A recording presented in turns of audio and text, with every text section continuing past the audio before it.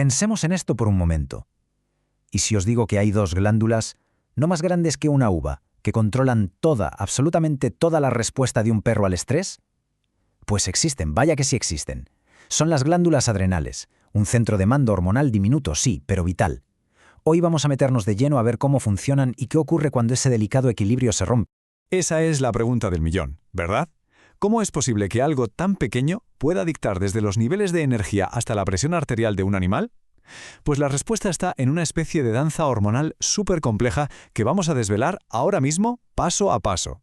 Para entender bien todo este sistema, vamos a seguir una ruta muy clara. Primero, vamos a conocer a la glándula en sí. Después, descifraremos esa cadena de mando hormonal de la que hablábamos. Luego, exploraremos los dos extremos. ¿Qué pasa cuando hay demasiado y cuando hay muy poco? Y para terminar, veremos cómo el laboratorio nos ayuda a arrojar luz sobre este puzzle tan complejo. Venga, pues empezamos por el principio, la glándula reguladora. Para entender el poder que tiene, primero tenemos que saber qué es exactamente y cuál es su función, que ya os adelanto, es crítica en el organismo. A ver, imaginemos dos pequeñas centrales eléctricas, una colocada justo al lado de cada riñón. Pues eso, a grandes rasgos, es la glándula adrenal. Su misión principal es producir un cóctel de hormonas que son esenciales, que actúan como los grandes equilibradores del cuerpo, sobre todo cuando la cosa se pone tensa y aparece el estrés. Y de todo ese cóctel de hormonas hay dos que son las protagonistas absolutas. Por un lado, el cortisol, que seguro que nos suena. Es la famosa hormona del estrés, la que prepara el cuerpo para la acción. Y por otro, la aldosterona, que tiene un papel más silencioso pero que es igual de vital, porque se encarga de gestionar el delicado equilibrio de agua y sales minerales del cuerpo. Pero claro, estas hormonas no se liberan así como así, a lo loco. Su producción está controlada por una cadena de mando increíblemente precisa que conocemos como el eje del estrés. Es, para que nos hagamos una idea, el sistema de comunicación interna del cuerpo. Todo esto funciona como una cascada, pero una cascada perfectamente sincronizada. El director de la orquesta, por así decirlo, es el hipotálamo, que está en el cerebro.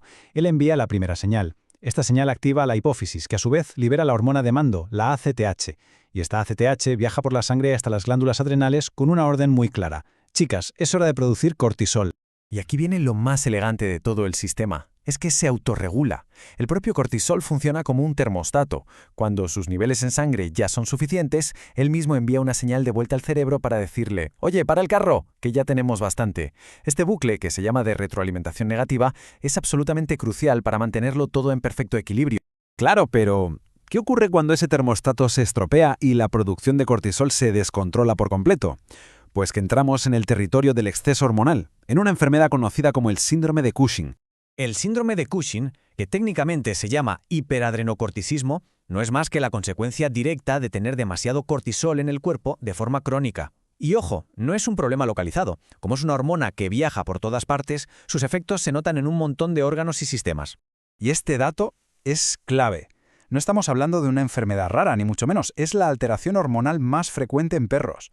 Y esto, claro, significa que para los veterinarios, sospechar y diagnosticar un Cushing es un desafío constante en su día a día. Bien, ahora vamos a darle la vuelta a la tortilla. Vamos a explorar el lado opuesto. ¿Qué pasa si el problema no es un exceso, sino todo lo contrario? Una deficiencia muy peligrosa de estas hormonas que son vitales. Pues esa condición es la enfermedad de Addison, que es, digamos, la imagen en el espejo del Cushing. En este caso, las glándulas adrenales es como si se apagaran, no producen suficiente cortisol y a menudo tampoco aldosterona, lo que desencadena una cascada de problemas que pueden llegar a ser mortales.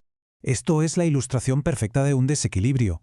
Por un lado, en el Cushing, el exceso de cortisol puede disparar el azúcar en sangre, y por el otro, en el Addison, la deficiencia puede provocar una consecuencia bastante inesperada y peligrosa, un exceso de calcio. Son, literalmente, las dos caras opuestas de la misma moneda hormonal. Entonces, si tenemos dos enfermedades que son polos opuestos, ¿cómo puede un veterinario saber a qué se está enfrentando exactamente? La respuesta, desde luego, no está a simple vista. La clave, la pista definitiva, se encuentra en el laboratorio. Puede sonar un poco a magia, ¿no? ¿Cómo es posible que un simple análisis de sangre nos desvele el funcionamiento de una glándula tan compleja? Bueno, el secreto no está solo en medir los niveles de las hormonas, sino en hacer algo mucho más inteligente, desafiar al sistema para ver cómo responde. En vez de limitarse a medir los niveles hormonales en reposo, lo que se hace es provocar al sistema. Se administran fármacos que o bien estimulan o bien suprimen ese eje hormonal, y luego se mide la reacción. Es en esa respuesta, en cómo reacciona la glándula bajo presión, donde se encuentra el verdadero diagnóstico. Pero aquí viene una advertencia súper importante. Interpretar estos análisis es casi un arte. Un número que esté fuera de rango no siempre significa que haya una enfermedad. Podría ser un error con la muestra, una simple variación normal de ese paciente o incluso el efecto de otro medicamento que esté tomando. Por eso, el resultado del laboratorio es solo una pieza del puzzle. La experiencia del clínico es la que lo une todo. Al final, toda esta historia de la glándula adrenal es como la historia del cuerpo en miniatura. Es un sistema de una delicadeza asombrosa, lleno de controles y contrapesos, y nos enseña que la salud no es simplemente la ausencia de problemas, sino que es un baile constante, un equilibrio súper dinámico que el organismo se esfuerza, sin parar, por mantener.